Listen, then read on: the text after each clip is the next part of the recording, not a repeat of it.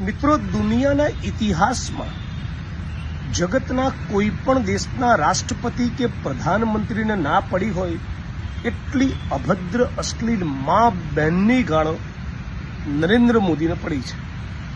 હવે જાહેર જીવનમાં ચોક્કસ પ્રકારના શબ્દોનો પ્રયોગ તો ન જ થઈ શકે.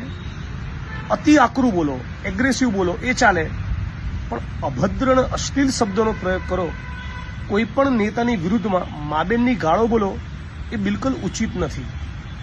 પણ નરેન્દ્ર મોદી આજે જ્યારે કહી રહ્યા છે, દેશના પ્રધાનમંત્રી, નટ સમ્રાટ ઓફ ધ નેશન, કે મેં વિદ્યાર્થીઓને, એ બાળકોને માફ કરી દીધા જે લોકોએ મને મા બેનની ગાળો આપી, ત્યારે કહેવાનું મને થાય છે કે તમને આટલી બધી અશ્લીલ અભદ્ર ગાળો પડી, પોતાને ક્યારે અક્કલ આવી?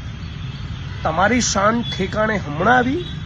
તમારા આઈટી સેલવાળા ગુજરાત અને દેશની મહિલા પત્રકારો તમારી પાર્ટીની વિચારધારા કે તમારા કૃત્યોની ટીકા કરતી પોસ્ટ મૂકે, વિડીયો બનાવે, ત્યારે ભાજપના આરએસએસના માણસો, તમારા આઈટી સેલના માણસો મા બેન ઉપર જે અભદ્ર અશ્લીલ ગાળો 12 વર્ષ સુધી બોલતા રહ્યા, ત્યાં સુધી તમને ખબર નથી પડતી.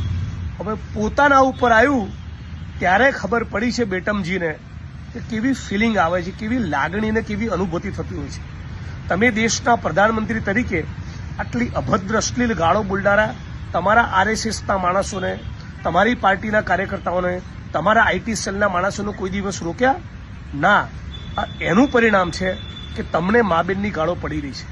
અને રહી વાત, તમે એમ કહી રહ્યા છો કે આ વિદ્યાર્થીઓને હું માફ કરી દઉં છું, इन बच्चों को मैं माफ कर रहा हूं.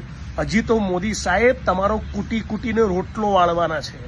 હજી આ જેનજી યુવાનો, છાત્ર, નોજવાન તમને છોડવાના નથી. તમારો બી વારો નીકળશે અને અમિત શાહનો બી વારો નીકળશે. તૈયાર રહેજો.